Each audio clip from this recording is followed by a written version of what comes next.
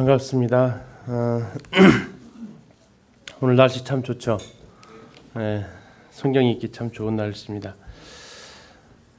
여러분들이 이제 마태복음 오늘 같이 하실 내용이 마태복음하고 그 다음에 두 권의 책 데살로니가 전서 후서, 그 다음에 네 권의 책 옥중서신이라고 불려져 있는 에베소서, 빌립보서, 골로새서, 빌레몬서, 오늘 총 7권의 책. 오늘의 큰 주제는 교회입니다.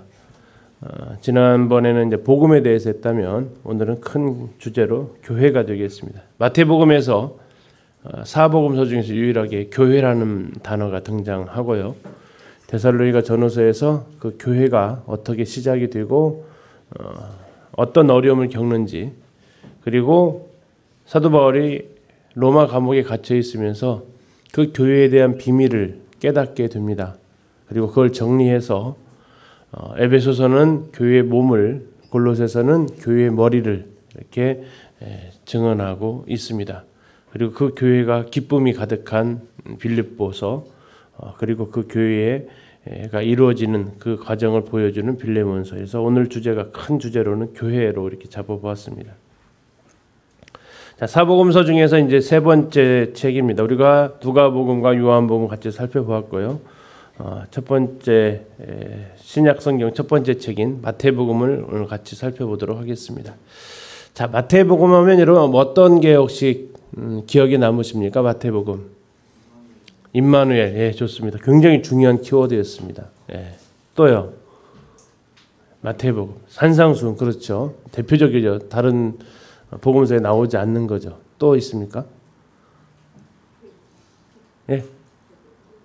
예, 계보, 족보가 쭉 이어지는 거죠. 이것도 마태복음의 독특한 특징입니다. 예, 중요한 내용들을 다 이렇게 말씀을 해 주셨습니다. 이 마태복음에 대해서 이렇게 전체적으로 이렇게 개관을 좀 하면, 마태복음은 구약과 신약을 연결해 주는 가교 역할이다라고 이렇게 보통 설명을 합니다. 그래서 마태복음 1장 1절의 시작은 아브라함부터 시작을 하고요. 그리고 예수 그리스도로 이어져 가는 그런 흐름을 보여주고 있습니다. 아브라함과 다윗의 자손 이렇게 언급을 하고 있기 때문에 시작부터 이것은 유대인들을 대상으로 썼구나라는 것을 감을 잡을 수 있게 해주죠. 그리고 이 마태복음은 그래서 유대인들이 그렇게 기다리고 있었던 아브라함의 후손 누구냐? 내 씨로 말미암아 천하 만민이 복을 받으리라 하고 창세기 12장에서 얘기를 하셨는데 그 씨가 누구냐?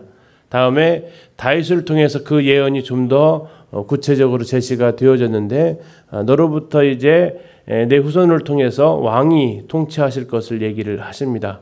영원히 사라지지 않을 그 왕국, 그분이 누구였는가가 이제 관심이 대상이었는데 바로 그분이 예수 그리스도다라고 이렇게 선언을 하고 있습니다.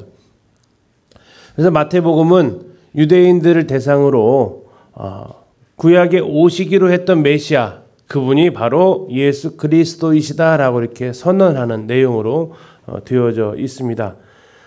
1장 1절이 그래서 선언적인 의미입니다. 이 마태복음에서 아브라함과 다윗의 자손 예수 그리스도의 세계라 이렇게 선언하고 있습니다.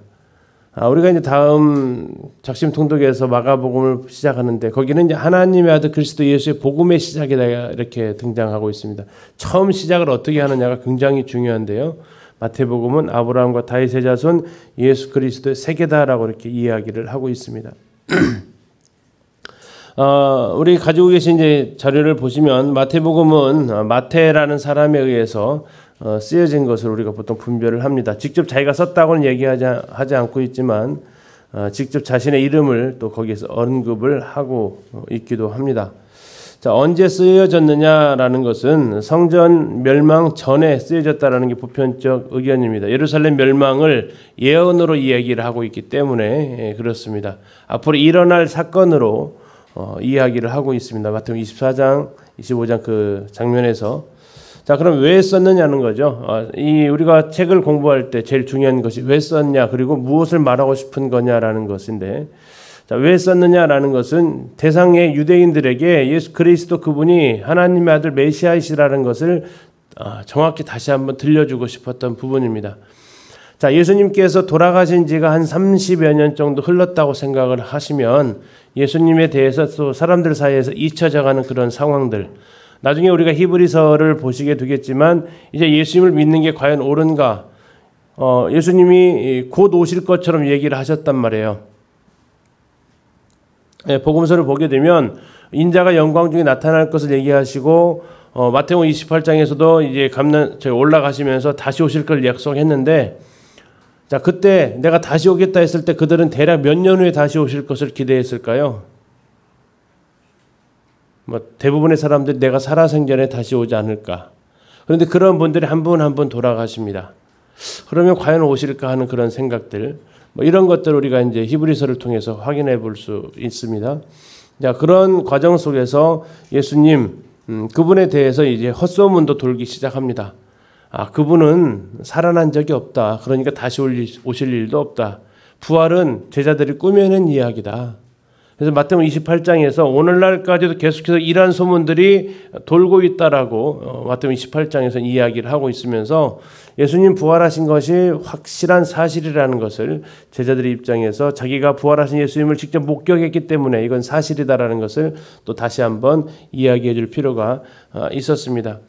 그래서 유대인들 대상으로 그분이 바로 메시아 그리스도이라는 사실을 입증하는데, 자, 그렇게 하기 위해서 이따 구조에서 살펴보겠지만 이 마태복음은 서론과 본론과 결론으로 매듭지어져 있습니다. 자, 그걸 통해서 서론, 본론, 결론을 통해서 말해 주는 것 다시 얘기합니다. 예수님은 구약에서 예언된 메시아이시다.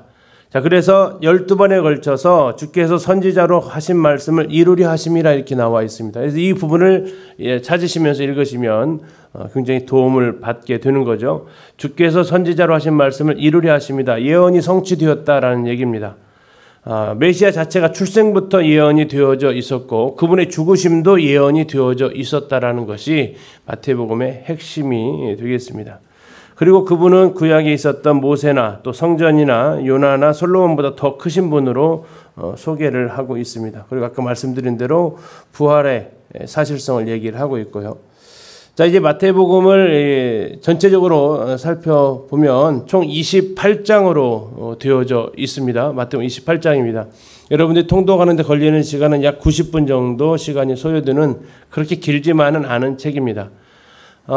지금 이제 앞에 표 구조상 3등분으로 되어져 있는데요. 이건 이제 보기 좋게 한 거고, 좀 더 구체적으로 정확히 한다면 3등분이 1장부터 3장까지가 한 도막으로 이렇게 정리가 됩니다.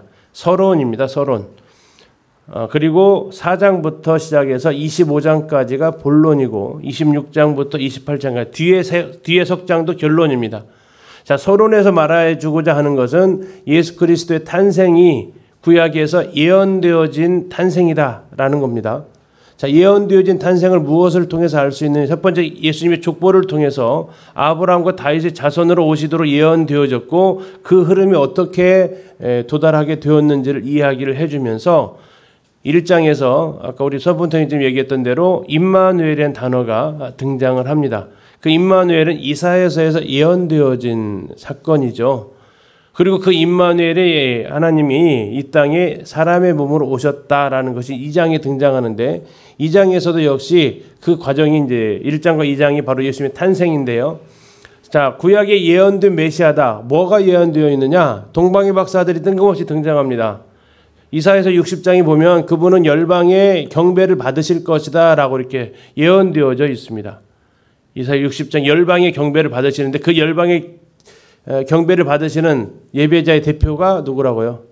동방의 박사들이라는 겁니다. 별을 연구하던 사람들. 그들이 예수님께 와서 예물을 드리면서 아기께 경배했다고 나와 있죠. 이 메시아는 구약의 열방의 경배를 받으신 메시아라고 예언되어졌던 그분이다.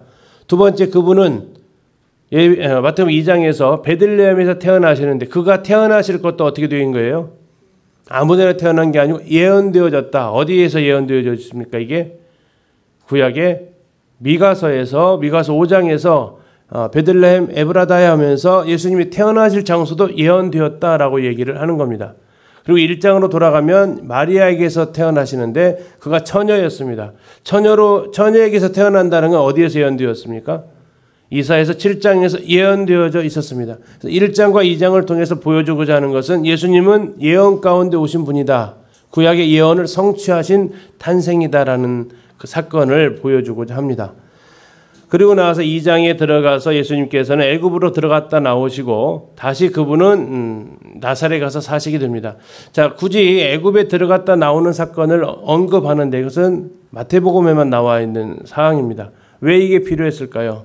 자, 아까 말씀드린 대로 예수님의 우월성을 모세보다 더 우월하신 분으로 그들은 유대인들이 기다렸던 게 뭘 기다렸냐면 모세와 같은 선지자를 그들은 기다렸습니다. 이건 예언되어진 부분이죠. 나와 같은 선지자를 하나님 일으키시리라 한 겁니다.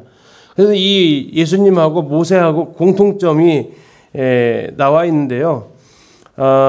예수님과 모세의 공통점 마지막 표를 잠깐 좀 보시면, 자, 모세는 출애굽했죠. 예수님도 애굽에서 나오십니다. 그리고 모세는 애굽을 나와서 홍해를 통과하게 되는데 예수님께서는 요단강에서의 침례를 받으셨고, 모세는 광야 40년 생활을 사는데 예수님은 광야 40일 동안 시험을 당하십니다. 모세는 이스라엘 백성 이끌고 와서 시내산에서 율법을 받습니다. 근데 예수님께서는 마태복음 5장부터 나와 있는 산상수훈에서 팔복산에서 예수님께서 그들에게 하나님의 말씀을 직접 전달하십니다. 모세는 애굽에서 노예 생활하던 그들을 해방시켰다면 예수님은 죄에서 노예 생활하던 사람들을 해방시키셨습니다. 모세는 율법을 통해서 이스라엘 백성과 언약을 맺었다면 예수님께서는 새 언약을 통해서 최후의 만찬 자리에서 또 언약을 맺으십니다. 모세는 5개의 성경을 기록해서 하나님의 말씀을 전했다면 이 마태복음에는 5번에 걸친 설교가 나와 있고, 이 5번에 걸친 설교는 본론의 5가지의 흐름을 설명해 주고 있습니다. 그래서 2장에서 예수님께서 애굽에 들어가셨다가 나오시는 장면을 특별히 기록을 하고 있죠. 그리고 3장에서 예수님께서는 이제 침례를 받으시면서 역시 모세랑 그 오버랩을 시키고 예수님께서 하나님의 아들이심을 하나님으로부터 직접 이렇게 말씀을 들으시는 장면을 우리가 볼 수 있습니다. 그리고 이제 4장부터 25장까지는 예수님께서 말씀하신 이 5번에 걸친 설교, 5번에 걸친 강화라고 이렇게 이야기를 하기도 하는데요. 이 5가지로 이 본론이 구성되어져 있습니다. 첫 부분이 이제 4, 5, 6, 7장인데 5, 6, 7장이 설교입니다. 잘 알려진 산상수훈이죠. 4장에서 예수님께서는 광야에서 시험 받으시고 예수님의 3대 가르침을 행하십니다. 3대 사역이 있습니다. 예수님께서 백성들을 했던 3대 사역은 가르치시고 천국 복음을 전파하시고 병든 사람들을 고치셨다. 이게 가르침, 복음 전파, 고치심, 이게 예수님 사역의 지상 사역의 3대 핵심 사역입니다. 자, 이런 모습을 통해서 메시아가 오시면 어떠한 모습을 드러낼지를 요약하면서 그 배경하에서 산상수훈 5, 6, 7장을 말씀하셔서 하나님의 백성들은 어떻게 살 거냐, 하나님 나라의 메시아 나라의 사람들은 어떻게 살 거냐에 대한 삶의 방식을 얘기해 줍니다. 이게 이제 그렇게 하면서 본론의 첫 번째가 되고, 본론의 두 번째는 8장부터 시작해서 10장까지가 해당이 되는데요. 8장에서 예수님께서 8장과 9장에서 예수님께서는 기적들을 베푸십니다. 그리고 기적이 총 9개의 기적이 나오는데 9개의 기적을 333으로 나눌 수 있고요. 3개의 기적이 있는데 333, 그래서 3과 3을 연결하는 그 중간에 나를 따르라는 제자들을 초청하는 모습, 다음에 또 그 다음 3에서 마태를 부르시는 이런 모습을 통해서 3번에 걸친 기적, 그리고 그 연결해주는 그 흐름을 나를 따르라는 제자 초청으로 연결되어지면서 10장에서 제자들을 파송하시는 12제자를 선택하시고 그들을 파송하시는 설교가 10장에 등장하면서 하나님 나라의 동역자들로 그들을 세우시는 장면을 보여주고 있습니다. 11장부터 13장까지의 그 내용을 통해서는 하나님께서 이렇게 복음을 전하시는데 사람들이 거기에 대해서 좀 표를 이거를 바꿔서 보여드릴게요. 자, 거기에 대해서 사람들은 이제 반응을 보인다라는 겁니다. 제자들이 가서 복음을 전했는데 거기에는 그것을 받아들이는 사람이 있고 다음에 그것을 거부하는 사람이 있고 그것에 대해서 잠깐 입장을 보류하는 사람이 있다라는 겁니다.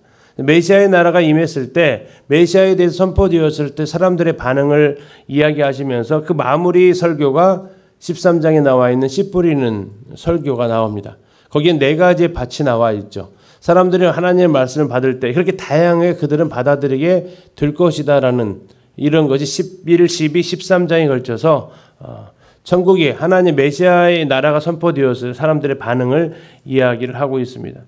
자, 4번째가 이제 14장부터 20장까지 가장 많은 본문을 차지하고 있는데 메시아에 대한 사람들의 다양한 기대가 있었고 그러나 예수님은 그 기대에 부응하는 게 아니라 오히려 그들과 생각과는 다른 메시아의 모습을 보여줍니다. 지금도 이스라엘의 메시아는 어떤 메시아를 기대하고 있습니까? 정치적 메시아를 기대하고 있고요. 하나님의 아들이 아닌 사람 중에서 위대한 인도자를 그들은 기대하고 있습니다. 그런데 예수님께서 오셔서 하셨던 내용은 메시아를 드러내시는데 그들과 생각과는 너무 달랐던 메시아상이었습니다. 그래서 그들은 메시아이신 예수님을 거절하게 되는데 예수님은 오병이어 사건이나 칠병이어 사건, 변화산 사건을 통해서 자신이 메시아임을 계속해서 드러내십니다.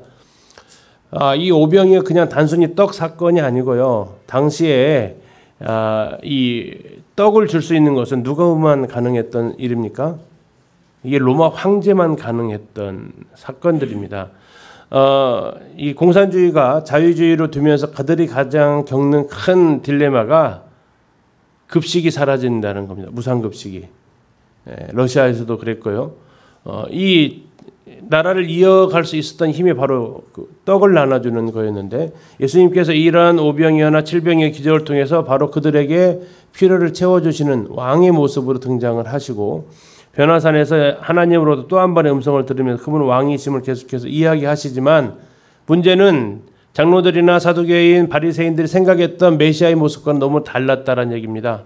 그래서 그들이 원했던 것은 정치적 독립을 이 로마의 압제에서 우리를 구해내줄 메시아를 원했다면 제자들도 동일하죠. 그러나 예수님께서는 오히려 초림의 예수님 이 부분을 그들이 놓치고 있었다라는 겁니다. 이사야서 53장에 예언되어진 그 메시아는 영광의 왕이 아니라 고난받는 종의 모습으로 오신다라는 거였습니다. 예수님께서 이 자신이 메시아임을 여러 기적을 통해서 보여주시는데 그리고 이제 그 하이라이트가 이 4번째 본문의 하이라이트는 가이사랴 빌립보입니다. 예수님께서 제자들 향해서 너희는 나를 누구라 하느냐 이렇게 물으시는 장면이죠. 그때 베드로가 대답을 잘 하죠.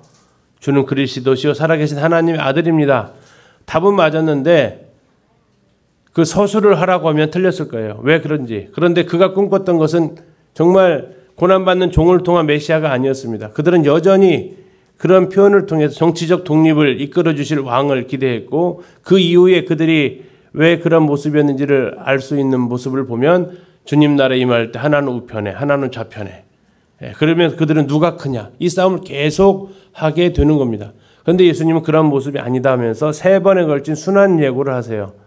인자가 예루살렘에서 장로들과 대제사장들에게 잡혀서 고난을 받고 죽을 것이다.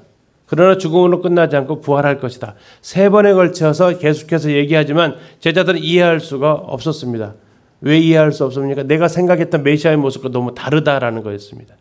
자, 그렇게 해서 예수님께서는 18장부터 20장까지에 걸쳐서 메시아의 나라는 어떤 나라냐? 너희들이 생각하는 그러한 강력한 통치, 힘을 가진 나라가 아니고 오히려 그 나라는 겸손한 나라다.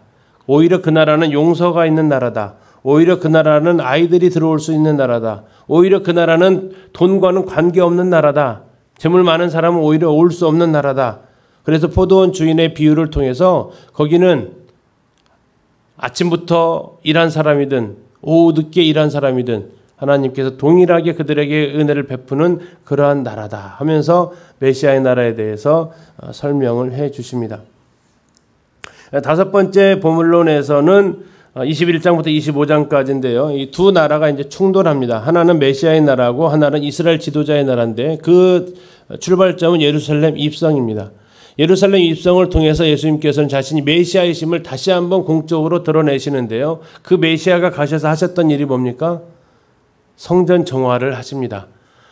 이게 요한복음에 나와 있는 성전 정화는 좀 시기적으로 다른 사건인데 이제 메시아로서의 성전 정화를 하시면서 여기에서 이제 가장 불만을 세력을 품었던 사람들이 이스라엘의 지도층이었고요. 그들이 이제 21장 이후에 계속해서 하려는 것은 예수님을 올무에 빠뜨리려고 계속 와서 시험을 합니다. 율법사들이 와서 또 서기관들이 와서 부활 논쟁을 하고 계속해서 예수님을 어떻게 하면 올무에 빠뜨릴까? 근데 예수님이 전혀 올무에 빠뜨리지 않습니다. 그래서 어떻게 결정하냐면 결국 모함을 해서 예수님을 죽이기로 그들이 결정을 하게 되면서 예수님이 이제 23장, 24장, 25장에 걸쳐서 마지막 설교를 하십니다.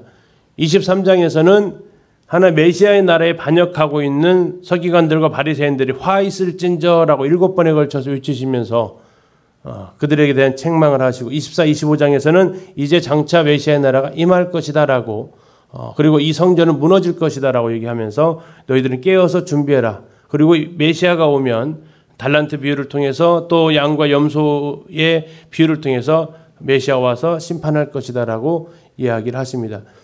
초반에 오는 메시아는 고난받는 종으로 오시지만 앞으로 장차 올 메시아는 통치하는 메시아로 올 것이라는 것을 24, 25장을 통해서 예수님께서 메시아의 또 다른 모습을 제시를 해주고 있습니다.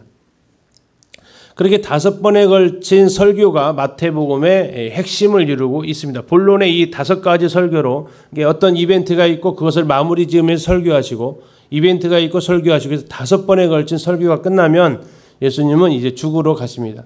26장부터 28장까지가 예수님의 죽으심과 관련되어져 있는데요.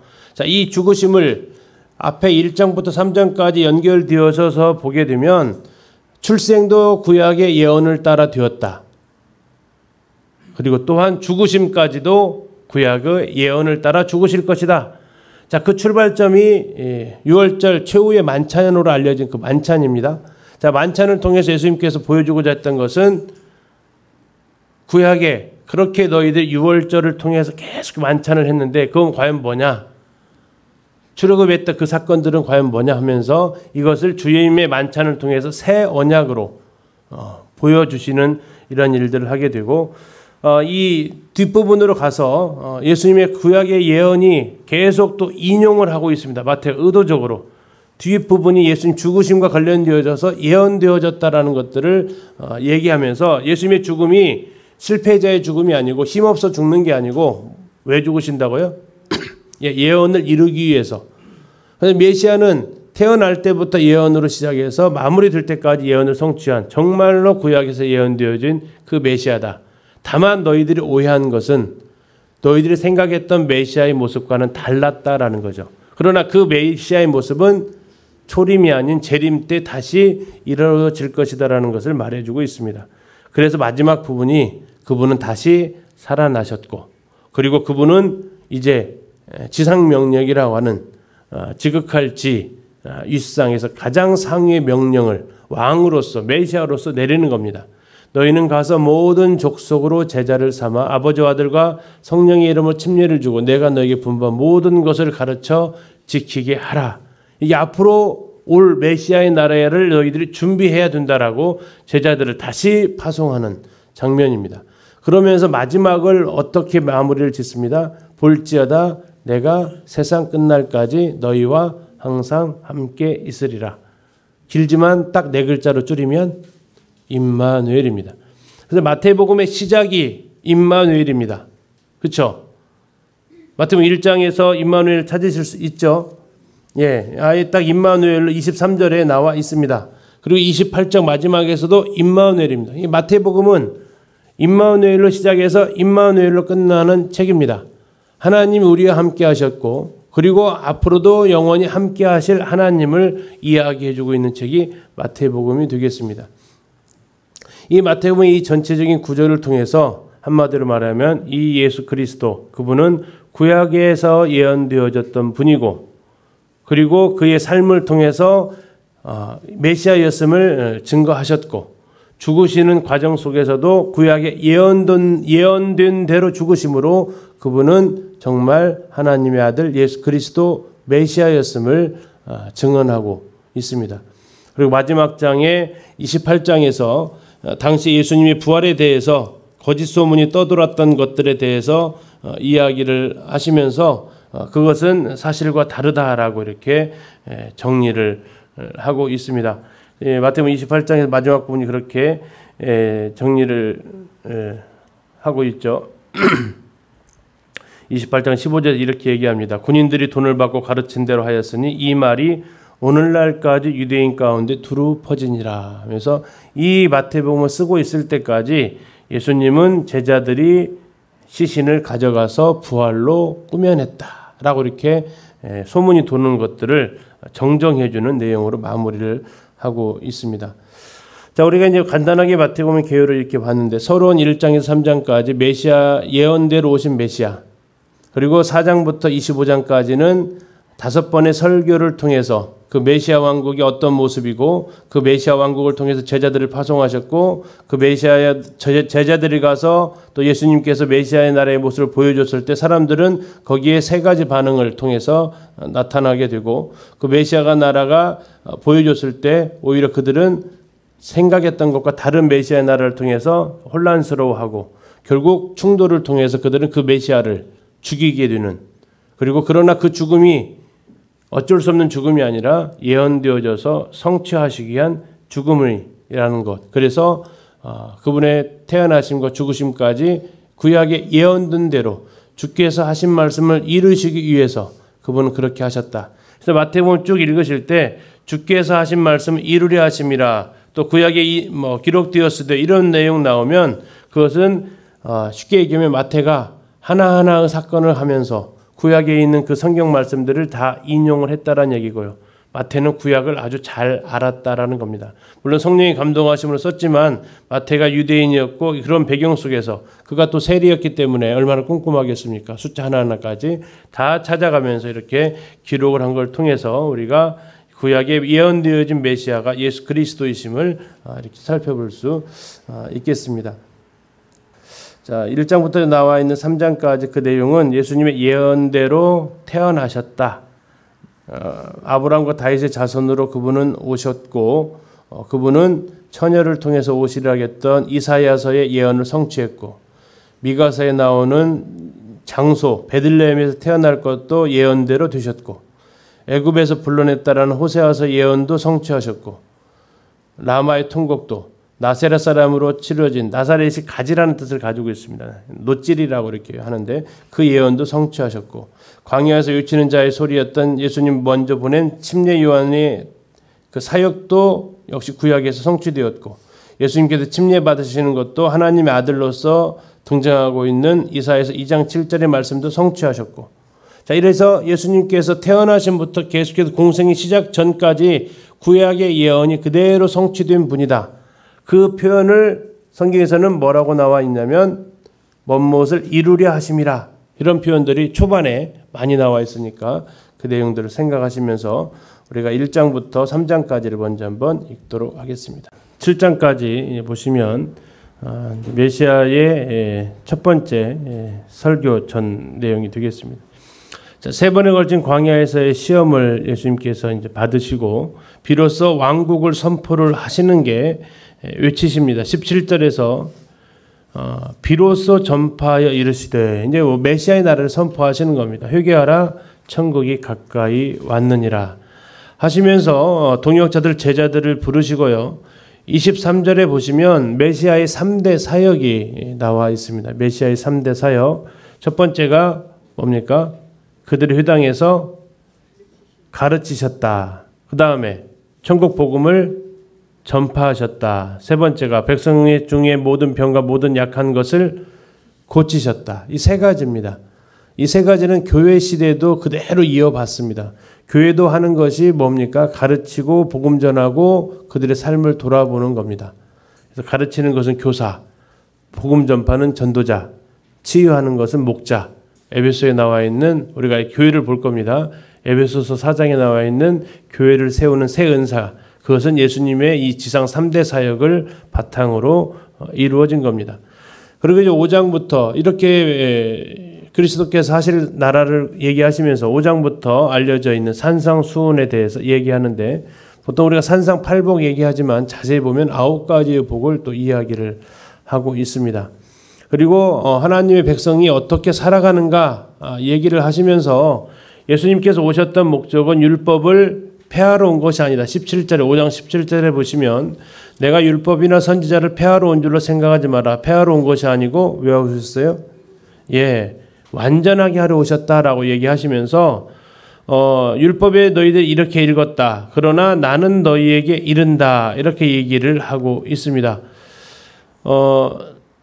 21절부터 시작을 하죠. 옛사람에게 말한 바 살인하지 말라 이렇게 나와 있는데 22절에 나는 너희에게 이르노니 27절에 간음하지 말라 이렇게 말했지만 28절에 나는 너희에게 이르노니 이 구약에 있는 율법에 대해서 이스라엘 백성들이 제대로 이해하지 못하고 있었기 때문에 그 율법의 정신이 무엇인지 예수님께서는 다시 그들에게 말씀을 주십니다. 이것은 말씀을 주신 분만이 고칠 수 있는 거죠. 말씀하신 분만이 그 의미를 제대로 선언하셔서 그분이 구약의 율법을 주신 하나님이시다라는 것을 우리가 알게 해줍니다.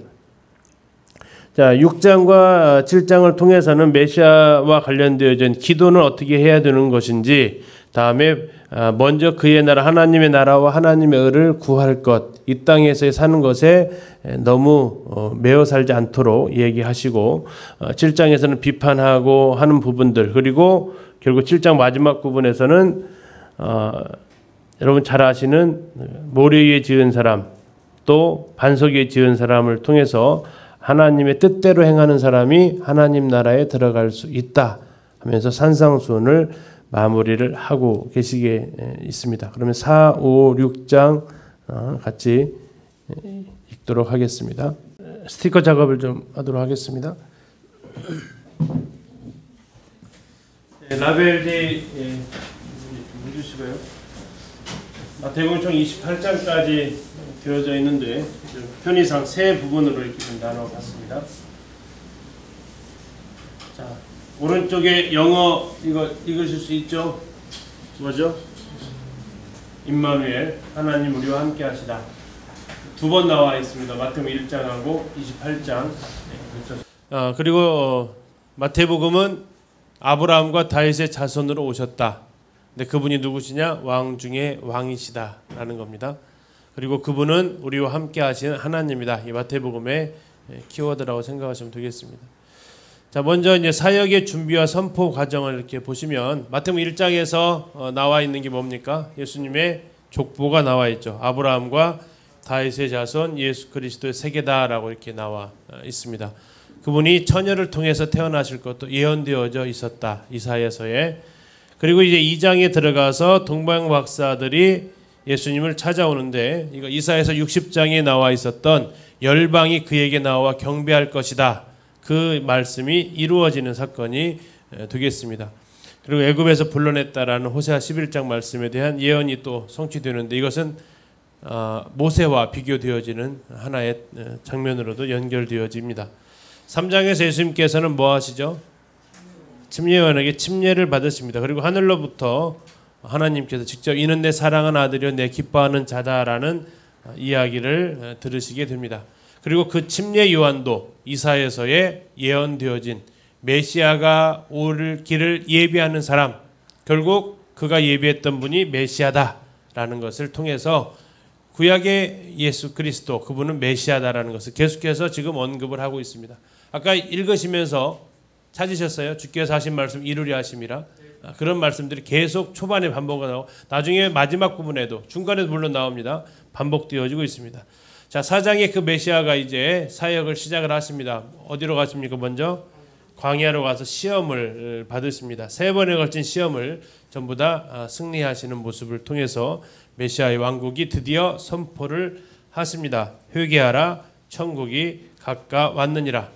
그리고 그 메시아 왕국의 동역자들을 세우시는데 갈릴리에서 먼저 4명의 제자 베드로와 안드레, 야고보와 요한 2명은 금을 던지고 있었고 9명은 금을 깁고 있어서 그 사역들을 예표해주고 있습니다. 그리고 예수님께서 하시게 될 큰 3가지 사역을 했었죠. 뭐라고 했어요? 첫 번째가 가르치시고, 두 번째가 복음 전파하시고, 세 번째가 고치시는 거. 이게 3가지가 이어지게 됩니다. 자, 이제 5장으로 가셔서 산상수훈이 시작이 되는데 거기에 나와 있는 보통 팔복, 그래서 이스라엘 갈릴리에 가면 팔복교회가 있죠. 거기에 이제 예수님께서 나오는데 자세히 읽어보시면 9가지의 복이 플러스 1으로 더 등장하고 있습니다. 그리고 율법의 정신에 대해서 이야기를 하면서 나는 너희에게 이르노니 이렇게 재해석을 해주고 계십니다. 6장에서는 구제기금이 나옵니다. 구제기금. 구제기금이 뭡니까? 첫 번째는 구제입니다. 구제에 대한 교훈. 그 다음에 기금에서 기도에 대한 교훈. 금식에 대한 교훈. 그래서 6장을 구제기금이라고 표현하기도 하는데 거기에 대해서 이제 교훈을 했습니다. 대표적인 보편적으로 계속 나오는 거 의식하지 말아라. 사람들한테 보이려고 하지 말아라. 그리고 보물은 어디에 쌓으더라? 하늘에 쌓으더라. 먹을 거 입을 거 너무 걱정하지 말아라. 먼저 그의 나라와 의를 구하면 하나님이 다 주실 것이다. 그래서 하나님의 나라, 메시아의 나라를 위해서 먼저 살아갈 것을 얘기하고 있습니다. 자, 마지막 이제 산상수훈 7장에서는 예수님께서 비판하지 말라로 시작을 하시고 그 나라의 특징이죠. 다음에 마지막 부분이 반석 위에 지은 짐 얘기하면서 하나님의 나라는 견고하다. 그리고 하나님의 뜻대로 행하는 자가 들어갈 수 있다면서 산상수훈까지 이렇게 마무리가 되겠습니다. 자, 이제 8장부터 읽을 건데요. 지금 벌써 한 번의 설교가 끝난 겁니다. 왕국 선포를 하시고 산상수훈을 하셨습니다. 자, 이제 8장부터 10장까지를 읽을 텐데요. 이제 두 번째 강화가 나오는 내용입니다. 자, 예수님께서 산상수훈 이후에 총 9가지의 기적이 몰려 있습니다. 세트처럼. 지금 보시면 우리 교재도 나와 있는데 나병 환자, 다음에 백부장의 종, 베드로의 장모, 병을 고치시고 예수님을 따르려고 했던 사람들, 제자 나를 따르라라는 제자 초청을 하십니다. 그 다음에 또 3번의 기적이 또 묶여져 있습니다. 바다를 잔잔케 하시고 군대 귀신 들린 사람 고쳐주시고 중풍병자 고치시고 또 이번에는 마태를 부르시면서 나를 따르라 하십니다. 다음에 또 3가지의 기적이 또 나옵니다.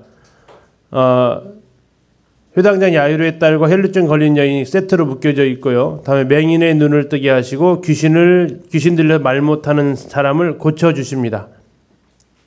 그래서 예수님의 사역을 다시 한번 3대 사역 가르치시고 전파하시고 고치셨다 하면서 3개의 기적 나를 따르라, 3개의 기적 나를 따르라, 3개의 기적 이렇게 의도적으로 구성을 하면서 계속 제자 주님 메시아가 하시는 사역 그러면 그 일을 따르라 하면서 10장에서는 그 제자 주님을 따르는 12제자를 세우시고 그들에게 파송 설교를 하십니다. 주의사항도 얘기하시고 너희들이 가면은 반응이 나타나는데 호의적이지만은 않을 것이다. 반대하는 너희들을 배척하는 것도 있을 것이다. 그러나 그것은 나를 먼저 배척하는 거니까 너무 걱정하지 말고 또 너희를 대접하는 사람도 있을 것이다. 너희를 대접하고 환영해 주는 사람도 있는데 너희들을 환영해 줄 때는 내가 그들에게 상을 또 주겠다 하면서 12제자를 이렇게 보내시는 사역까지가 8, 9, 10장에 기록되어져 있습니다. 그래서 8, 9, 10장을 읽을 때는 3가지 기적 나를 따르라, 3가지 기적 나를 따르라, 3가지 기적 이렇게 세트로 구성되어져 있다. 그리고 예수님께서 그들을 이제 보내시면서 따르러 왔으니까 12제자를 세우시고 파송하시면서 너희들이 복음을 전할 때 이 메시지를 전할 때 어떤 반응 거기에 대해서 어떻게 행동해라 라고 지침을 주시는 내용이 8, 9, 10장에 나와 있습니다. 그러면 이제 8, 9, 10장 한번 확인하면서 읽도록 하겠습니다. 자, 11장 2절부터 시작되어지는 3번째 강화의 배경은 이제 제자들이 가서 돌아다녔겠죠. 그러면 거기에 따르는 여러 가지 반응들이 나타나게 될 겁니다. 크게 3가지 반응이 있을 것이다. 예수 그리스도 그분이 메시아 맞다라는 사람들도 있을 것이고 그 사람들은 예수님을 따르게 될 것이다. 그러나 또 다 그런 건 아닐 것이다. 오히려 메시아가 맞나 아닌가 하는 그렇게 반신반의하는 중립적인 입장을 취하는 사람도 있을 것이다. 그 대표적인 사람이 지금 11장에 먼저 등장하는 침례 요한이었고요. 그래서 제자들을 보내서 거기에 대해서 질문을 하고 있죠. 오실 그이가 맞습니까? 라는 질문. 또 예수님의 가족들도 등장을 하게 됩니다. 예수님께서 돌아다니시니까 사람들이 거기에 대해서 또 반대하니까 좀 말리러 오는 거죠. 말리러 예수님을 불러가지고. 자, 거기에서 예수님께서 이제 누가 그러면 과연 내 형제요 자매냐 하면서 하나님의 뜻대로 하는 사람이 내 형제요 자매다. 이렇게 중립적인 사람들에 대해서는 이렇게 또 해석을 해주시고, 반대하는 사람들도 있을 것이다 라고 하면서 예수님이 귀신을 쫓아내니까 저거 귀신의 왕 바알세불을 의지해서 지금 귀신을 쫓아내는 거다. 안식일에 손 마른 사람 고쳐주니까 어떻게 메시아가 안식일을 범하냐? 그럼 메시아가 아니다라고 메시아 반대쪽에서 이렇게 이야기하는, 그러면서 그들이 오히려 예수님께 나와서는 표적을 보여달라고 요구하는데, 표적을 구하는 것 자체가 악하고 음란한 세대의 표적이다 하시면서 책망하시는 이런 내용들이 나오면서 13장에서 이제 설교를 하십니다. 천국에 대해서 설교를 쭉 7가지 설교를 하시는데, 대표적인 설교가 씨 뿌리는 설교죠. 4가지의 밭을 통해서 말씀이 전파되었을 사람들의 밭의 상태, 그리고 그러나 그 천국은 겨자씨같이 작지만 커질 것이다.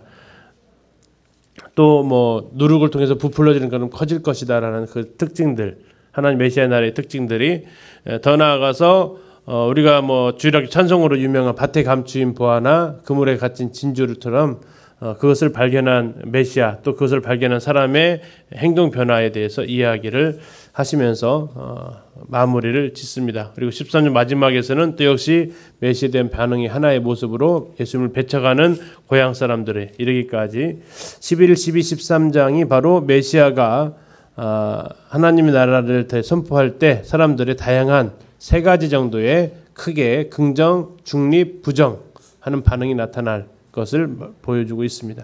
그러면 11장 2절부터 13장까지 통독하도록 하겠습니다. 20장까지는 예수님의 4번째 강화가 나와 있는 그 맥락이 되겠습니다. 자, 메시아의 나라에 대해서 사람들의 반응까지 보셨고요. 그리고 이제 그 메시아의 나라의 모습에 대해서 14장까지 이렇게 보는데, 첫 번째는 그 메시아가 어떠한 모습이냐, 왕이시다. 그래서 사람들의, 백성들의 필요를 채워주시는 그런 능력을 보여주시는데, 그게 오병이어와 칠병이어, 그리고 변화산 사건들을 통해서 그 메시아가 왕이시고 하나님의 아들이시다 라는 것을 증거를 해주고 있습니다. 무리를 걸으시는 모습들, 그래서 이 하나님의 아들의 모습, 메시아의 그 신적인 권위도 등장을 하시고 있고요. 자, 반면 15장에는 여기에 충돌하는 메시아의 모습입니다. 당시 기득권 세력, 지도층 세력의 생각과 달랐던 메시아의 행보죠. 15장에서는 장로들의 전통, 씻지 않고 음식을 먹을 수 있느냐 하는 것들, 그래서 오히려 예수님께서는 너희들은 사람의 계명으로 하나님의 말씀을 범하고 있다. 그래서 이제 부모를 섬길 건 얘기했는데 너희들은 하나님만 섬기면 되는 식으로 이런 것들을 이제 얘기를 하시면서 그 논쟁이 이루어지게 됩니다. 그래서 예수님께서 이제 그 또 열방에 가서 메시아의 나라는 유대인들만으로 구성된 나라가 아니라 열방까지도, 모든 민족까지도 아우르는 모습을 통해서 수로보닉의 여인, 가나안 여인의 그 딸을 살려주시고, 특별히 또 칠병이어를 통해서 떡을 주시는데, 오병이어의 대상은 유대인이었고 칠병이어의 대상은 이방인이었습니다. 그래서 유대인과 이방인을 아우르는 메시아의 모습을 보여주고 있습니다. 또 반대에 이제 또 16장에서 또 충돌하고 있는데, 바리새인과 사두개인들에 대한 이 부분을 16장에서 또 언급을 하시면서 예수님께서는 그들의 교훈을 조심하라라고 경고를 하시면서 그들을 대시고 가이사랴 빌립보의 16장에 올라가십니다. 거기에 예수님께서는 사람들이 나를 누구라 하느냐 물으시고, 그러나 본래 의도는 너희는 나를 누구라 하느냐라고 물었죠. 베드로가 신앙 고백을 잘합니다. 주는 그리스도시요 살아계신 하나님 아들이십니다. 16장 16절에서 굉장히 중요한 구절이죠. 마태복음이 예수님을 누구로 설명하고 있느냐를 표현되어졌을 때 이 베드로의 고백이 잘 대언해주고 있습니다. 주는 그리스도시요 살아계신 하나님 아들입니다. 이것은 성령이 알게 하셨다고 칭찬하실 정도로 잘했고, 그리고 예수님은 이 증언 위에 교회를 세우시겠다라고 이야기를 하십니다. 그러면서 제1차 순환 예고를 하시는데요. 다시 말하면 이제 그들에게 굉장히 충격적인 선언입니다. 그들이 생각했던 메시아의 모습과 예수님이 제시하는 메시아의 모습은 너무나도 달랐다라는 겁니다. 그들이 추구했던 메시아는 정치적 지도자의 메시아였다면 예수님께서 16장 21절에서 말씀하고 있는 16장 21절에 이때로부터 시작합니다. 이때로부터. 자, 이 베드로의 신앙 고백이 있은 이후부터 진짜 메시아가 어떤 모습이냐? 예수님께서 오신 메시아는 예수 그리스도께서 자기가 예루살렘에 올라가 장로들과 대제사장들과 서기관들, 이때의 이스라엘의 지도층이죠. 리더십들입니다. 자, 그들에게 많은 고난을 받고 죽임을 당한다. 그러니까 예수님께서 제시한 메시아의 모습과 이들이 생각했던 메시아의 모습이 너무나도 달랐기 때문에 그들은 결국 그 예수님을 죽일 것이다라는 거죠. 그러나 메시아가 나라가 이렇게 메시아가 허무하게 죽느냐? 그렇지 않다. 제3일에 살아나야 한다. 살아날 것이다. 라는 것을 비로소 드러내십니다. 그런데 이 반응에 대해서 베드로는 그렇군요 해야 앞에서 제시했던 메시아가 이렇게 오시는군요 하는데 이 베드로조차도 그런 메시아를 원하지 않았죠. 고난받는 메시아를 원하지 않았습니다. 그래서 베드로가 어떻게 했다고 나옵니까? 예수님을 붙들고 항변했다. 항변했다라는 거 거의 책망조입니다. 그렇게 하지 마시라고. 왜 메시아가 그런 모습이냐고 이야기하는. 그래서 예수님께서 이제 베드로한테 아주 사탄아 내 뒤로 물러가라 하면서 이야기를 하십니다. 메시아의 나라에 대한 사람들의 생각과 예수님의 제시가 너무나도 달랐다라는 거죠. 그리고 이제 17장에서 예수님께서는 자신이 변화산에 들어가서 참 메시아이신 하나님께서 그렇게 보내셨음을 보여주고 계십니다. 그리고 내려오셔서 귀신 들린 아이를 고쳐주시고 두 번째 또 한 번 예수님께서 2차 순환 예고를 하십니다. 인자는 반드시 죽을 것이고 그러나 끝나지 않는다. 다시 살아날 것이다. 라고 이야기를 해 주십니다.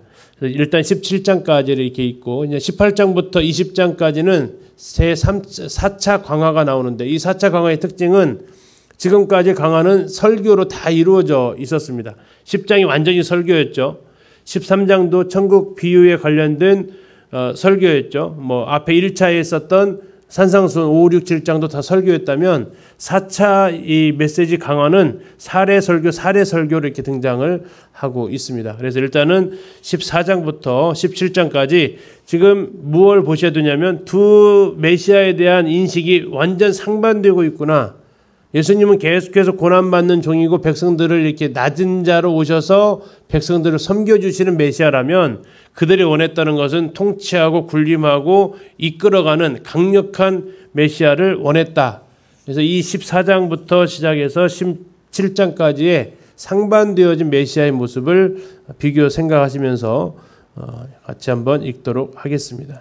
1장부터는 메시아의 나라의 여러 가지 다양한 모습을 보여주고 있습니다. 제일 먼저 천국에서 누가 크냐라는 제자들 사이에 그 논쟁이 있으면서 천국은 낮은 사람의 곳이다. 겸손한 사람의 곳이다. 라고 얘기하고 있고요. 다음에 15절부터 진행되어진 질문이죠. 몇 번이나 용서를 해줘야 됩니까? 이를 통해서 천국은 용서하는 곳이다. 1만 달란트 빚진 자 그 이유를 통해서 용서하는 곳이다.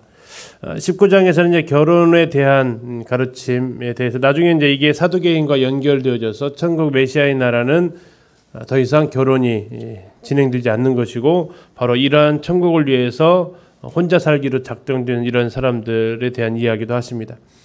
또 어린아이를 통해서 천국은 바로 어린아이와 같은 사람들이 가는 곳이다. 재물이 많은 청년의 이야기를 통해서 천국은 돈이 있다고 갈 수 있는 곳이 아니라 오히려 돈이 방해가 되는 곳이 메시아의 나라다. 그리고 이제 이 비유에서 가장 참 놀라운 비유 중에 하나가 20장에 나와 있는 포도원 꿈꾼들의 비유인데 주인이 종을 위해서 있습니까? 종이 주인을 위해서 있습니까? 이 상황을 보면 이 포도원 품꾼의 주인은 자기 포도를 위해서 하인을 고용한 게 아니고 이 일거리 없는 사람을 위해서 포도원을 제공하는 사람처럼 보여지고 있습니다. 이게 바로 이제 또 하나의 천국의 모습이다 하면서 주님이 드디어 이제 세 번째로 17절에서 20장 18절에서 예수님이 세 번째 순환 예고를 하십니다. 예루살렘에 올라가노니 인자가 대제사장들과 서기관들에게 넘겨지며 그들이 죽이기로 결의하고 이방인들에게 넘겨주어 그를 조롱하며 채찍질하며 십자가에 못 박게 할 것이나 반드시 얘기하죠. 제3일에 살아나리라.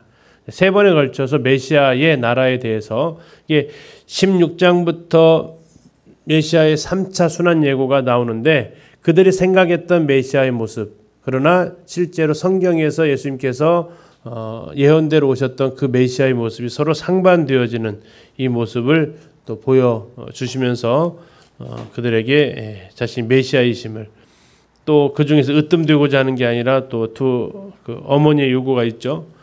맹인을 고쳐, 이런 내용들이 쭉 증거되어지면서 메시아의 모습이, 메시아의 나라의 모습이 어떤 모습인지를 18, 19, 20장을 통해서 이런 사건들을 통해서 강화하시는, 설교하시는 모습을 볼 수 있습니다. 자, 오늘 18장부터 20장까지 읽고 라벨 작업하고 잠깐 쉬도록 하겠습니다. 자, 지금 다섯 번의 강화에서 첫 번째 강화가 이제 산상수훈으로 마무리됐고요. 8장부터 이제 두 번째, 세 번째, 네 번째 강화까지 우리가 이렇게 보셨습니다. 자, 8장에서 예수님께서 8, 9, 10장에는 9번의 기적이 나온다고 그랬죠. 자, 8장에서 백부장의 종부터 시작해서 이제 치유 사역이 일어나게 됩니다. 그리고 또 바람과 바다가 순종하는 일들이 일어나게 되고요. 그리고 이제 9장에서 중풍병자가 죄사함을 받는 일이 일어납니다. 이런 기적들을 통해서 중간중간에 나를 따르라 했던 그 사건이 있었습니다. 총 9번의 기적을 다 쓸 수는 없어서 잘 아시는 내용 중심으로 썼습니다. 자, 그렇게 하면서 이제 10장에서 설교를 하시는 것이 두 번째 강화가 되겠습니다. 8장에서 한번 나를 따르라가 있고요. 9장에서 마태 부를 때 나를 따르라 있고, 9장 마무리에서 예수님의 세 가지 사역을 다시 한번 정리를 했다고 그랬죠. 자, 그러면서 10장에서 예수님께 12제자를 명단이 나오고 있고, 가면서 너희들이 반응을 말씀을 전하면 두 가지 반응, 대표적으로 하나는 너희를 박해할 것이다. 영접하지도 않을 것이다. 그러면 먼지를 떨어버려라. 두 번째, 너희를 영접하게 되면 내가 선지자의 상을 그들에게 줄 것이다. 물 한 그릇 준 것도 내가 다 기억해서 상을 줄 것이다. 하면서 두 번째 강화가 끝나게 됩니다. 11장부터 13장까지는 세 번째 강화로 들어가는데, 이 메시지를 받는 사람들의 상태, 그들은 메시아로 인정할 것이다, 아니면 약간 혼란스러워할 것이다, 아니면 아예 부정할 것이다. 그래서 이 상황들을 보여주고 있습니다. 침례 요한이 아마 대표적으로 이제 중립적인 메시아인가 아닌가 갈등하는 인물로 보여주고 있고요. 다음에 복음의 트라이앵글이라고 하는 세 지역이 있습니다. 책망받았던 세 마을 어디입니까? 가버나움과 다음에 고라신과 벳세다. 이 세 마을이 복음의 트라이앵글 지역, 삼각형 갈릴리 호수 주변에 이렇게 있는데, 거부했던, 메시아를 거부했던, 표적을 많이 그렇게 봤으면서도 거부했던 마을의 모습을 볼 수 있고요.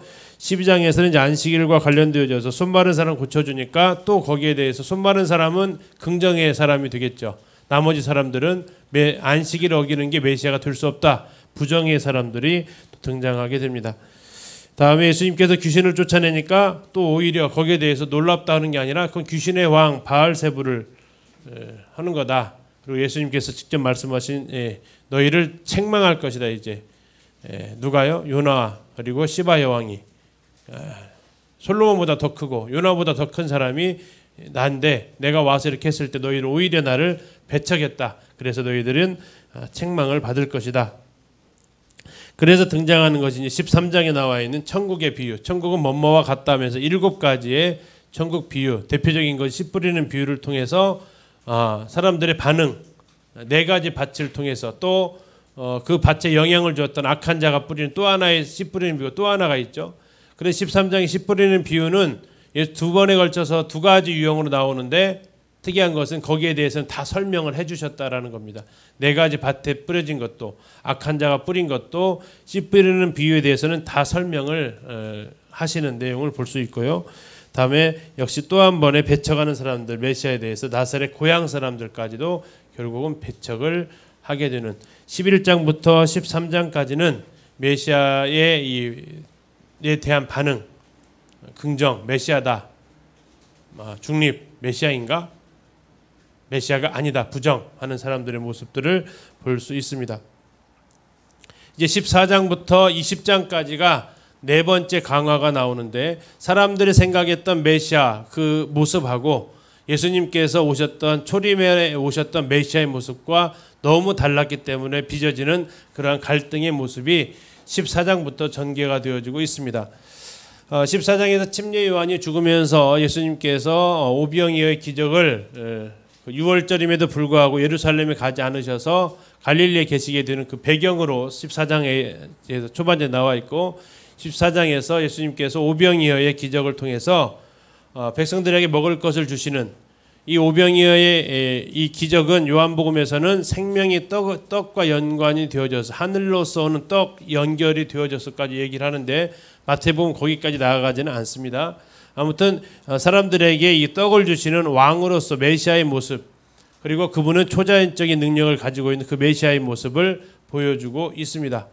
자, 그럼에도 불구하고 사람들은 예수님에 대해서 호의적이지 않죠. 장로들이 제자들이 손 씻지 않고 먹는 것을 가지고 이제 논쟁을 일으키게 됩니다. 이때 예수님께서는 오히려 너희들의 전통을 가지고 하나님의 말씀을 범하고 있다. 자, 그리고 나서 예수님께서는 이방 땅으로 가시게 됩니다. 메시아의 나라는 유대인들, 이 사람들이 생각했던 메시아의 나라는 누구만의 나라예요? 예, 자기들만의 나라였습니다. 유대인들만의 나라였어요. 그러나 예수님께서 생각하셨던 메시아의 나라는 모든 민족에게 열려있는 나라고 가나안 여인의 믿음에 대해서 칭찬하는데 그가 바로 그런 메시아를 알아봤다라는 겁니다. 부스럭이라도 주시는 이런 모습들을 보시고 칠병이어에서 이방인들을 대상으로도 유대인들에게 하셨던 동일한 기적을 베푸셔서 그들에게도 역시 먹을 걸 주시면서 메시아의 나라의 모습을 보여주고 있습니다. 자, 16장에서는 빌립보 가이사랴에 가셔서 예수님께서 베드로에게 신앙 고백을 받으시는데 이게 중요한 전환점이 된다라고 말씀드렸습니다. 메시아의 진정한 모습을 보여주는데 메시아는 고난받는 종이다라는 겁니다. 이사야서 53장이 대표적으로 나와 있는 지금도 이스라엘 사람들은 이사야서 53장을 스킵해서 읽는다고 그러죠. 자기들이 생각했던 메시아와는 너무 다른 모습이기 때문에 공감할 수 없는 거고 그러나 예수님은 이 신앙 고백 이후에 3번에 걸쳐서 16장부터 20장까지 3번에 걸쳐서 고난받는 종의 예언을 하고 계십니다. 자, 17장에서는 그분이 역시 하나님의 아들이심을 하나님으로 직접 인정을 받는 하늘로부터 소리가 들려오는 것이 이게 두 번째 음성입니다. 첫 번째는 어디서 들려왔어요? 예, 예수님께서 침례 받으실 때 첫 번째 들렸고 두 번째는 그 변화산에서 두 번째 들립니다. 그리고 세 번째 들리는 것은 요한복음에서 12장에서 그 음성이 들리고요. 자, 18장에서부터 20장까지 네 번째 강화가 펼쳐지는데 설교가 펼쳐지는데 네 번째 강화는 좀 특이하다겠습니다. 몰아서 설교를 하는 게 아니라 케이스를 통해서 하나님 나라의 모습을 등장시키시는데 18장에서 보여주는 것은 천국은 겸손한 자의 나라다. 누가 크냐 하는 게 아니라 겸손한 자가 들어갈 수 있다. 어린아이들이 들어갈 수 있는 나라가 천국이다. 또 이 천국은 실족하는 일이 없어야 되고 용서하는 나라다. 1만 달란트 빚진 자를 통해서 하나님께서 우리를 용서하신 것을 또 보여주고 있습니다. 다음에 19장에서는 돈과 관련 없는 나라다. 오히려 돈이 장애물이 되는 나라가 메시아의 나라다. 이 세상에서는 돈으로 다 할 수 있는데 메시아의 나라는 돈으로 할 수 없다. 이제 20장에 들어가서 특이한 주인이 나오죠. 20장 1절부터 표현되어진 그 품꾼은 이 주인은 품꾼을 위한 주인입니다. 자기를 위해서 품꾼을 고용하는 게 아니라 자기가 마치 품꾼을 위해서 존재하는 듯한 주인의 모습을 보여주는 사람들이 생각하는 것과 정반대인 심지어 종들도 이해할 수 없는 주인의 모습. 이게 메시아의 모습이다 하고 이제 마지막 20장에서 여리고의 두 소경에서 낮은 자를 찾아오시는 그래서 메시아의 그들은 통치하고 군림하는 사람이 그 정말 소외되고 하층민들에게 관심 갖는 게 아닌데 오신 고난받는 종 메시아는 지극히 낮은 자들에게까지 소외된 사람에게까지 찾아가시는, 우리가 시편을 통해서 부를 때 지극히 높으신 하나님이 지극히 낮은 자에게 관심을 보이시는 그 메시아의 모습을 통해서 메시아의 나라가 어떠한 모습인지 18, 19, 20장에서 사례를 통해서 이렇게 또 보여주고 계십니다. 이렇게 해서 지금 여기가 첫 번째 강화, 두 번째 강화가 8, 9, 10장에서 제자 파송이 두 번째 강화, 11, 12, 13에서 천국의 비유에서 사람들의 반응, 메시아에 대한 반응이 세 번째 강화, 다음에 14, 15, 16, 17 쭉 하면서 18장부터 20장까지 메시아의 나라의 모습, 메시아의 모습에 대한 네 번째 강화가 연결이 되어지고, 이제 21장부터 시작해서 28장, 25장까지가 다섯 번째 강화, 그리고 마지막 26에서 28장까지가 예수님 죽으심, 이 내용들이 이어지게 되겠습니다. 예. 자, 시작하겠습니다. 자, 21장부터의 이제 내용은 전체적으로 예수님의 생애에서도 큰 전환점이 되는, 기준점이 되는 장입니다. 예루살렘 입성이죠. 이것은 사복음서 동일하게 예수님께서 그 생애를 구분 지을 때 중요한 전환점 포인트가 되고요. 지금 이 21장부터 시작되는 것이 예수님 죽으시기 이제 마지막 일주일의 일요일, 금요일 날 돌아가시는데 일요일 날 상황이고, 나머지 8장 전체가 8일간의 기록이다라고 이렇게 보통 기억을 하시면 된다고 했습니다. 자, 여기 이제 예수님께서 죽으심을 앞두고 마지막 8일을 남겨놓고 마지막 강화를 설교를 하시는데 그 21장부터 25장까지가 되겠습니다. 자, 어린 나귀를 타시고 예수님께서 입성하시는 것도 구약에 예언되어진 것이다. 성전을 정화하시는 것도 시편에 예언되어진 메시아의 모습입니다. 다음에 무화과 나무에 대한 부분, 그리고 예수님의 권위에 대해서 이렇게 성전 정화를 하셨기 때문에 무슨 권세로 이렇게 하느냐 하면서 이야기를 이렇게 이제 그들이 자꾸 지금 모함하기 위한, 시비 걸기 위한 비유들을 자꾸 이렇게 물어보는 내용들로 21장은 또 전개가 됩니다. 22장에서 예수님께서 이제 혼인잔치의 비유를 통해서 왕이 되기를 원하지 않았던 그들에 대해서 하나님께서 이 메시아가 심판하시는 그런 장면, 혼인잔치 오라고 했는데 오지 않았을 때 그들에 대해서 이제 심판하시는 내용이 담겨져 있고, 그 다음부터 이제 세금 문제, 가이사에게 세금 바치는 문제, 세계 부자라고 보통 줄여서 얘기하죠. 그 다음에 부활 논쟁, 사두개인들이 또 시비 겁니다. 모함하려고 합니다. 다음에 가장 큰 계명이 무엇인지, 또 바리새인들과 다윗의 자손인데 어떻게 메시아냐, 그래서 다윗은 그 메시아를 주라고 불렀다 하면서 또 논쟁을 합니다. 그리고 나서 23장부터 24, 25 이렇게 석 장에 걸쳐서 마지막 강화를 하십니다. 산상수훈이 5, 6, 7 석 장에 걸쳐서 이루어졌던 것처럼 마지막 강화도 23장, 24장, 25장에 걸쳐서 이야기를 하시는데요. 좀 구분되어지는 게 23장은 책망입니다. 바리새인과 서기관들을 향한 책망. 그러시면서 예수님께서 13절부터 시작이 되어지는 화 있을진저 의식하는 서기관들과 바리새인들이여, 이렇게 7번에 걸쳐서 나오고 있습니다. 화 있을진저, 화 있을진저 계속해서 책망하시는 모습이 나오고요. 다음 이제 37절에 가서 예루살렘 성을 바라보시면서 예수님께서 안타까워하시는 장면을 하면서 24장에서 성전이 무너질 것, 그리고 이제 전무후무한 큰 환란이 임할 것.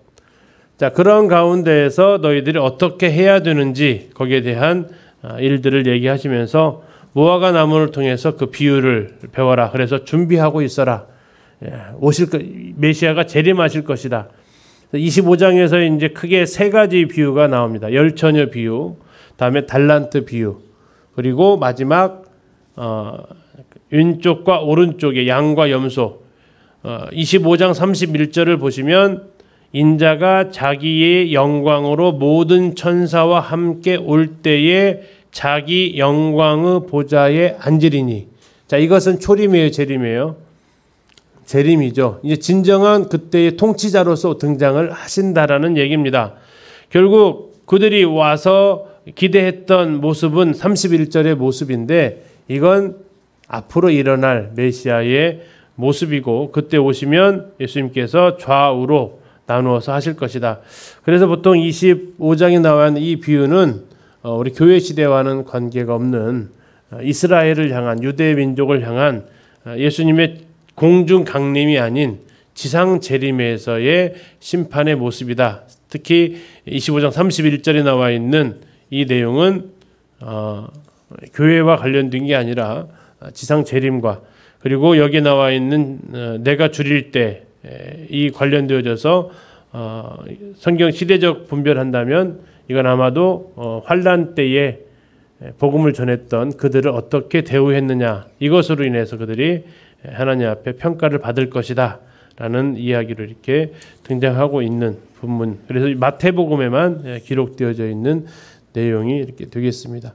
자, 그래서 21장부터 25장까지를 읽어가는데요. 그래서 21장, 22장은 마지막 예수님께서 이제 들어오셔서 충돌하는 예수님께서 제시하시는 메시아, 그들이 지도자들이 생각했던 메시아가 충돌하면서 성전 정결케 하시고 거기에 대해서 반발하면서 세계 부자, 세금 논쟁, 부활 논쟁, 다윗의 자손 논쟁 이걸 통해서 계속해서 예수님을 올무에 빠뜨리려고 했던 그들. 그래서 23장에서는 그들을 향해서 책망하시는 메시아.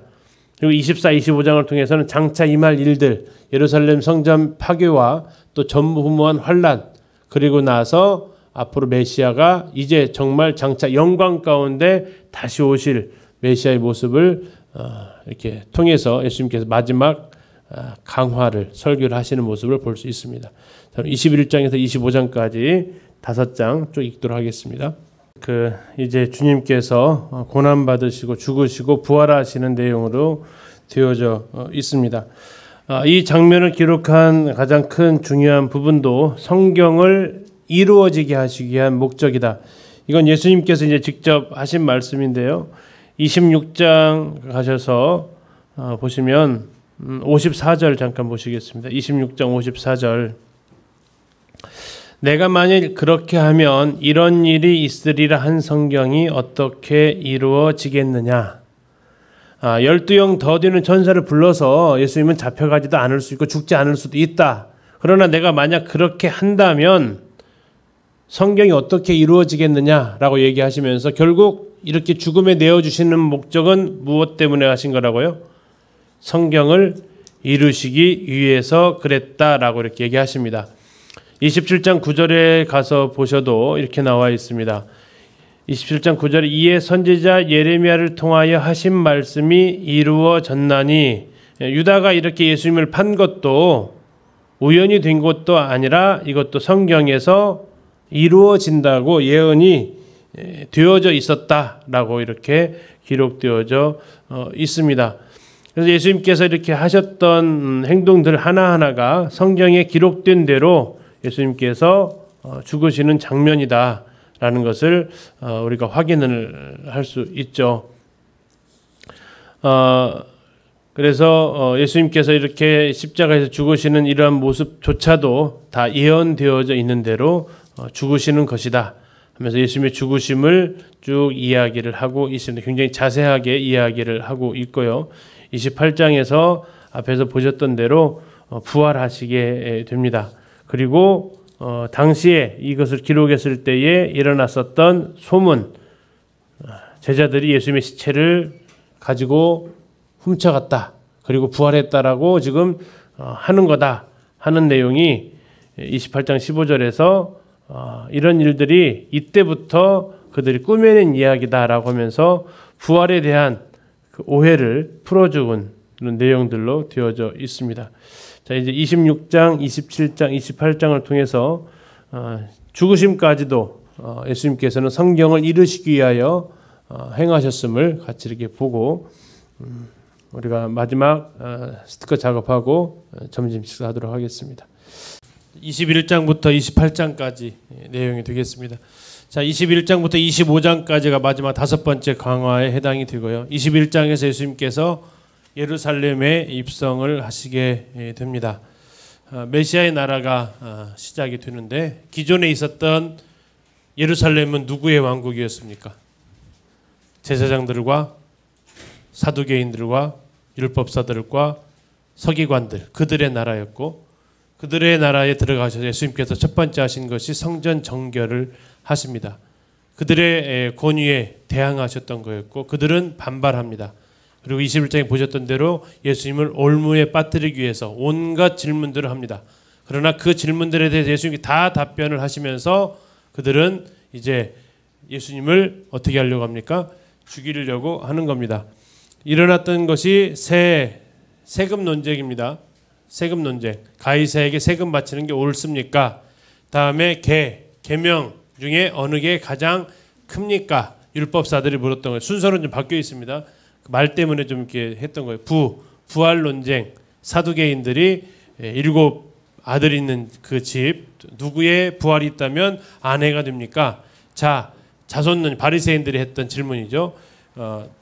예수님께 답변하시면서 다윗의 자손으로 오시는데 다윗은 그분을 메시아로 주로 불렀다 하면서 예수님은 올무에 걸리기 위해서 많은 논쟁들을 하는데도 불구하고 예수님께서 다 거기에 대해서 답변을 하십니다. 그리고 이제 23, 24, 25에 걸쳐서 예수님께서 강화를 하시는데 먼저 23장에서는 화 있을진저 하면서 서기관들과 바리새인들을 대표적으로 책망을 하십니다. 서기관들은 당시 기득권층의 대변자였고 바리새인들은 당시 평민층의 대변자들이었습니다. 그들을 향해서 양쪽 다 하나님의 나라와는 거리가 먼 그들을 책망하시게 되고요. 그들 가운데에서 있었던 예루살렘에 입성했지만 그 예루살렘을 바라보시면서 AD 70년에 멸망할 그 고통을 바라보시며 예수님께서 눈물을 흘리셨던 모습을 볼 수 있고요. 24장에서는 감람산에 앉아서 제자들이 예수님 이 성전 한번 보십시오. 얼마나 웅장하고 화려합니까? 참 그러면서 예수님께서 더 안타까워하시는 거죠. 돌 하나의 돌 위에도 남지 않고 다 멸망할 것이다 하면서 전무후무한 환란이 있을 것이다. 너희들은 깨어 있어야 된다.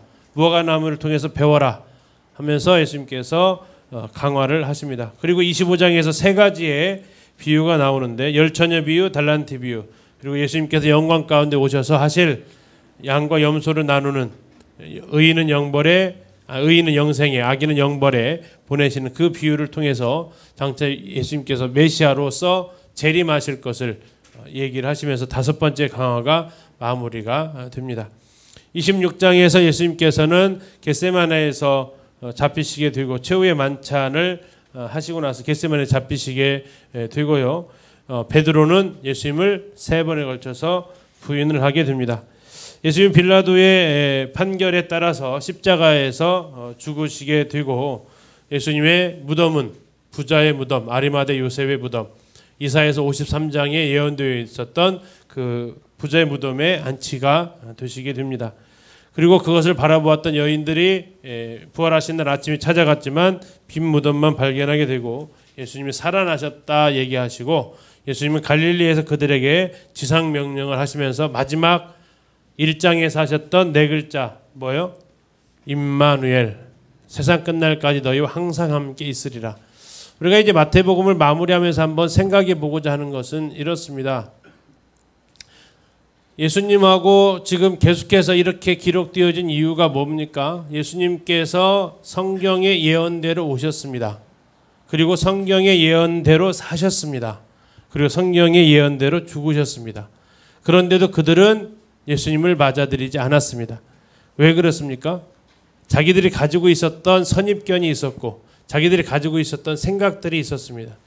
자, 오늘날 우리는 그 예수 그리스도에 대해서 생각하면서 내가 생각하고 있는 예수 그리스도는 누구십니까? 성경에 기록되어져 있는 하나님의 모습을 우리는 기대하고 있습니까? 아니면 내 생각에 예수님은 이런 분이어야 돼, 하나님은 내 생각에 이렇게 하셔야 돼 하면서 내 생각이 만들어낸 하나님입니까? 그래서 오늘날 이 마태복음 우리가 다시 읽게 되면서 우리가 28장까지 통독하시면서 한 번 더 생각을 한번 해보십시오.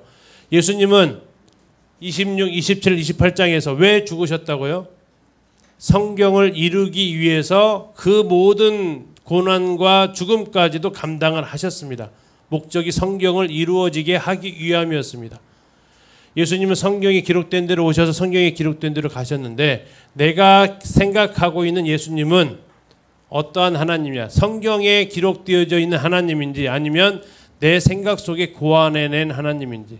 내가 하나님을 내가 디자인하고 있으면 예수님도 우상이 된다는 거 아십니까? 예수님이 우상이 될 수 있다는 겁니다. 새긴 우상. 내가 예수님을 성경에 기록되어져 있는 하나님이 아닌 내 생각에 고안해낸 하나님이 있을 수 있어요.